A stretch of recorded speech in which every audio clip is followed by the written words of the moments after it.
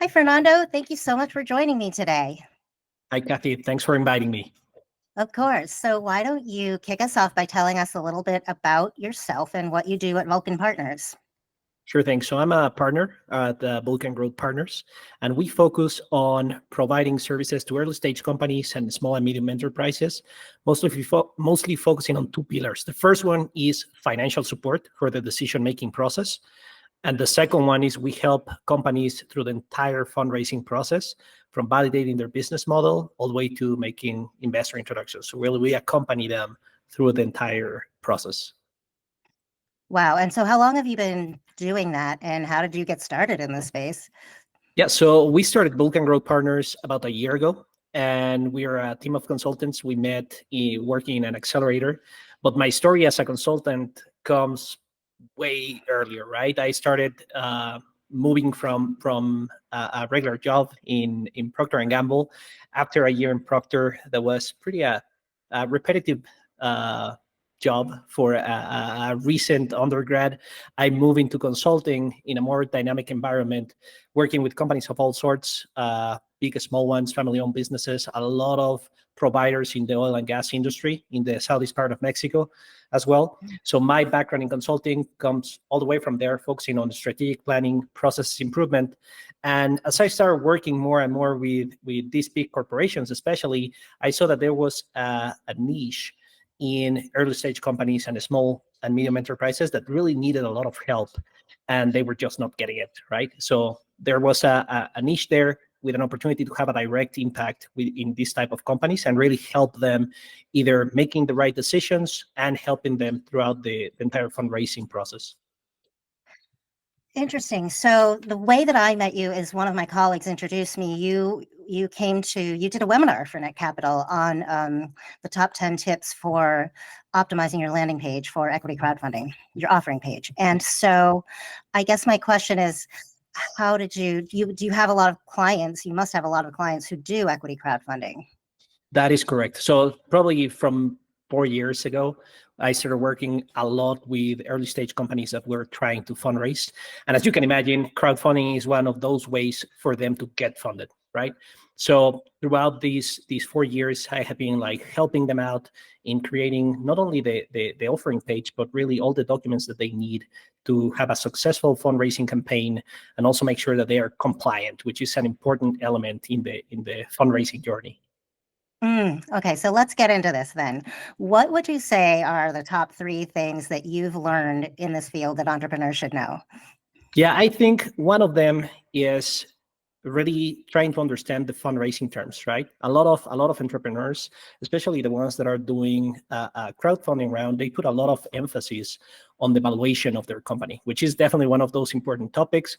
But there are so many other terms that need to be really thought before putting the formal offer, right? Liquidation preference, conversion rights, voting rights, if you're going to be giving your investors a board seat, right? All those different elements, like as you start getting into the fundraising process, you really start understanding the impact that it could have on your company in the day-to-day operations, and also in your potential exit, right? After you have an exit, really affecting how much money you get at the end of the day.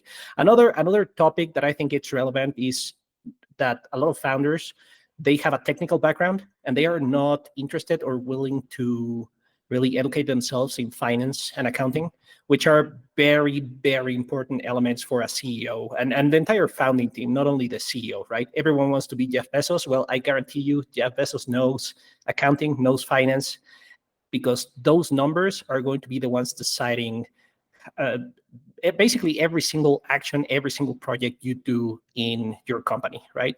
And probably the last thing that I have learned is that going slower sometimes is better, right? Having these baby steps in terms of product development, launching your product, focusing exclusively on one revenue stream at the beginning.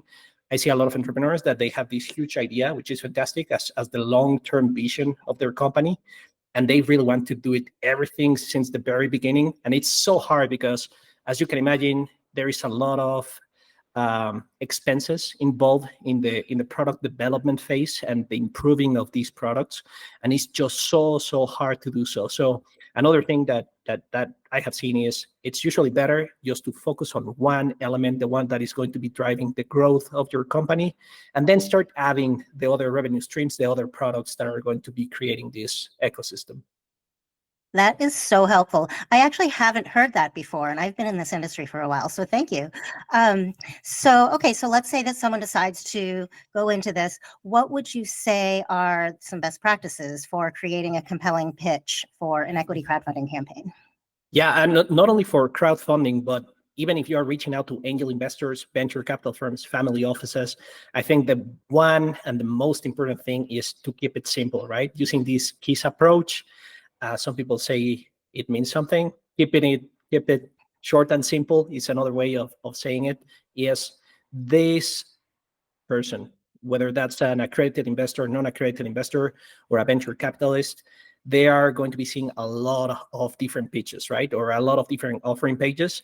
If you can make their life easier, really telling them what exactly are you doing in a very simple sentence, maybe with a couple of graphs or infographics, that's the best way to do. Keeping it short, always good, right? There is a great report from DocSend that tells you that on average, the average reviewer from a pitch deck is going to be spending around 2.5 minutes per pitch deck. So that gives you an idea of how concise and how clear you need to be when providing this information to the potential investor. The next element, I think, it's just supporting this useful information with graphs, with the screenshots. If you have a tangible product, that's the best way, right? If you have a tangible product like an energy drink and you show me a picture of the energy drink, I know exactly what you're doing. Software companies, fintech companies have a really hard time doing this. But usually, if you have an app and you can show your user interface and you can show how the user and the different parties are going to be interacting with your platform, that's also a great way for you to share a lot of information in just one picture, right? Nice. I love that. And one thing that I loved about the webinar you ran with us is that you said, remember that these people, the people who are your potential investors, they don't know your industry and they're super busy. They've got disposable income. That means they probably work really hard. So don't assume they know all about your industry. Just explain it as precisely and concisely as you can. So I love that. Exactly. The other thing is keep it as entertaining as possible, right? If you're reviewing 10 pitch decks and all of them are technical information, the one that is going to be with a story, that's the best way. And if you're running a crowdfunding campaign, the one that generates rapport with the potential investor, that's the one that is going to get the cash. Absolutely. So let's transition then into some of the top challenges that you think entrepreneurs face, because I know you've had a lot of clients and you've probably seen it all. Yeah, probably, and similar, just to paraphrase what I just said, I think there is, in some cases, just a lot of information in some offering pages, which is not needed for an investor that is going through the different offering pages in a platform to make a final decision. I think you can keep it brief. If the investor is interested in the team, in the product, in the problem you're solving, that should suffice for them to write a check. The second thing is regarding the product, and maybe this is a more strategic issue. Is in some cases, some products that are being that are trying to fundraise through crowdfunding are very technical, meaning that the regular investor, the regular person or user of these crowdfunding platforms are not going to be interested, because whether they don't understand the topic or it's something that is completely out of their scope and they are just not interested in that particular problem, right? If you are targeting a problem for the regular person, that's the perfect target for a crowdfunding campaign, because again, you can create a report, they understand the problem. In some cases, they are the end user and they want to invest in these type of companies, right? And probably the last one is just getting the ball rolling, right? A lot of times you see founders thinking that by just submitting their information and going live with their offering page, checks are going to be coming in immediately. That is not the case, right? You need to reach out to your investor network. You need to start getting those first couple $1,000s in there just to create some type of validation inside the platform. If you are an investor and you are checking the different deals that are available for you, you don't want to be the first person or the first couple of persons that are writing that initial check. If the company is raising $3 million and they are just with 5,000, that's a potential red flag. So that's why you need to reach out to make sure that all the investors that are already committed put the money in. That way you have some type of traction and validation inside the platform, in addition to the regular traction that you have in your business. That's so important. We try and stress to our issuers the importance of having momentum, because nobody wants to be the first. So it's always better to try and reach out to friends and family. Yeah. And so that's, but you touched upon one of the myths that we come across, which is that, build it, just put it up on the platform and the investors will come. And that's not true. So why don't you talk about maybe some other common myths that founders have? Yeah, probably the first one that comes to mind is regarding the time, and it's also related to how you're reaching out to investors, right? Doing a fundraising campaign, it takes a lot of time, especially from the co-founding team, and in some cases, founders are not aware of this, and they think by just submitting the offering page information, that's going to be it. No, there is a lot of things that you need to do before receiving that first check. Even if you are doing a rolling close, they need to account that there is a lot of activities they need to do, reaching out to investors, having meetings, going to networking events. And after that, there is still a period in which they are going to be receiving their check. With the rolling close, it's very useful for them because they are able to receive checks before reaching that goal that they have. But if they set up their regular close, they need to wait until they achieve that amount. And usually it's a couple of months from when they start the campaign. So that's another thing to consider. Another mistake that in some cases they do, and I would strongly recommend that nobody is doing this, is hiding information or lying about it, right? And not necessarily on the crowdfunding platforms, but when you're reaching out to a regular venture capital firm saying that you have traction that you actually don't have, that you have contracts or letters of intent that you don't have, that you already have committed capital from a specific investor and you don't have it, that's a red flag. And what I can tell you is investors are doing this full time. So if you are lying, they will know right away. And if they don't notice right away, they will do their due diligence and they will find out. So really avoid any type of this behavior at all costs, right? Next mistake, Kathy, not knowing the terms being negotiated, right? And again, going back to the comment I did a couple of minutes ago, is they put a lot of emphasis on the valuation. Hey, my valuation needs to be higher, or my valuation cap needs to be this high. And in reality, even if you're having a great valuation, there are so many other terms that can affect your day-to-day operations and your exit money in case of an acquisition or an IPO, that you definitely need to get to study those terms, make sure that there is no misunderstanding of any of these terms, and you have the legal advice that is needed to have a correct contract with your investor. And the last one is not thinking about the long-term vision for the company. In some cases, and I understand the hardships associated with growing a company, in some cases you're running out of money, you need to close that round whatever happens. And sometimes you sacrifice some of your equity or some of your voting rights for staying alive for a couple more months, right? And in some cases that could backfire, especially when you are going a year from now, 2 years from now, in which you no longer have enough shares or enough shares to offer to new investors, or in case of an exit in which maybe there's going to be a successful exit for the company, but you are just going to bring home a couple of $1,000 and that's it, right? So again, thinking the long term and seeing what are the necessary steps to achieve that long-term vision that you have. I just want to go back for a minute. Let's backtrack. Let's backpedal to what you said about not lying. All I could think Mhm. was, OMG. You must have seen that before, or you wouldn't have brought it up. So Ah, are people actually doing that? Don't mention any names. I can tell you, yes, Oh Kathy. no.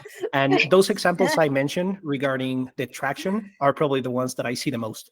Oh, we have X number in monthly active users, or we are having X amount of revenue, or we already have letters of intent from big companies to use our product, and maybe they already had just one conversation with an analyst of that company, right?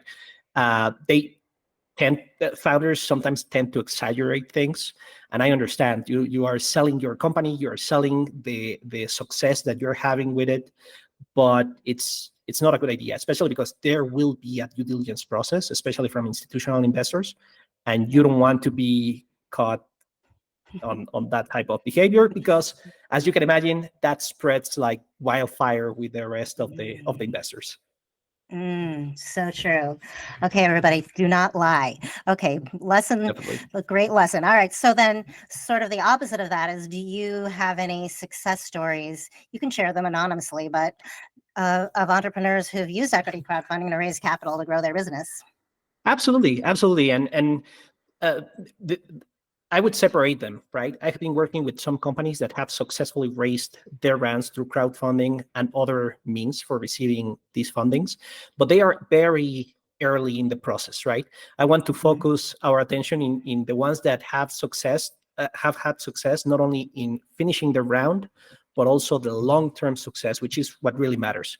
The end goal for the founders should not be raising $3 million through Netcapital. The end goal should be raising $3 million and then growing your company to either do your IPO, pass the break-even point, raise another couple of million. That's what I think it really matters. And one of those companies that I'm a current user, I use them every single week. It's called Wise. Well, they used to be called TransferWise, but they changed the name after their IPO. And it's a fantastic solution. They are a company that are based in the UK, and they raised, if I remember, like $3 million through a crowdfunding campaign.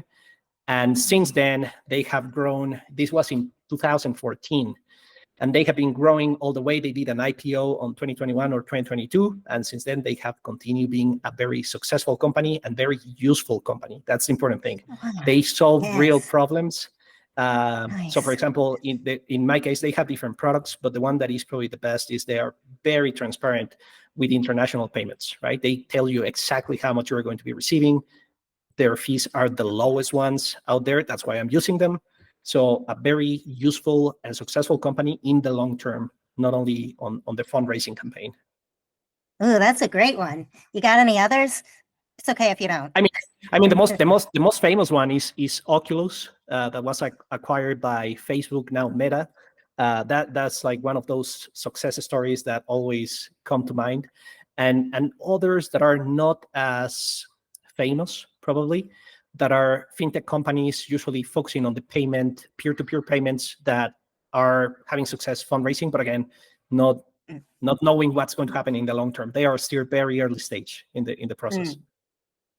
All right. Well, let's move on to our last question, which is, what's the best piece of advice you could give aspiring entrepreneurs or founders trying to raise capital right now? Yeah, I think the best advice I can give you is really study before jumping into doing your fundraise campaign, right? Study the terms, study why you need this money, study what are going to be the effects on your company and your long-term vision of receiving this capital. Even if you're successful, it has some side effects that you need to consider.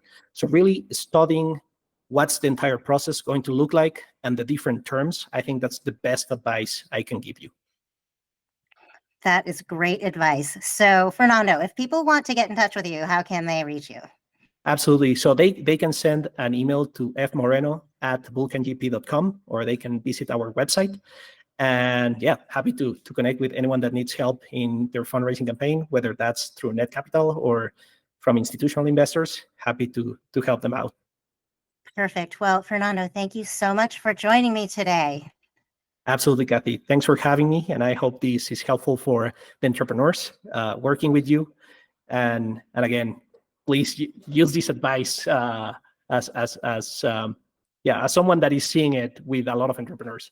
Perfect. Thank you so much. All right. Have a great day, Fernando. You too, Bye. Kathy. Thank you so much.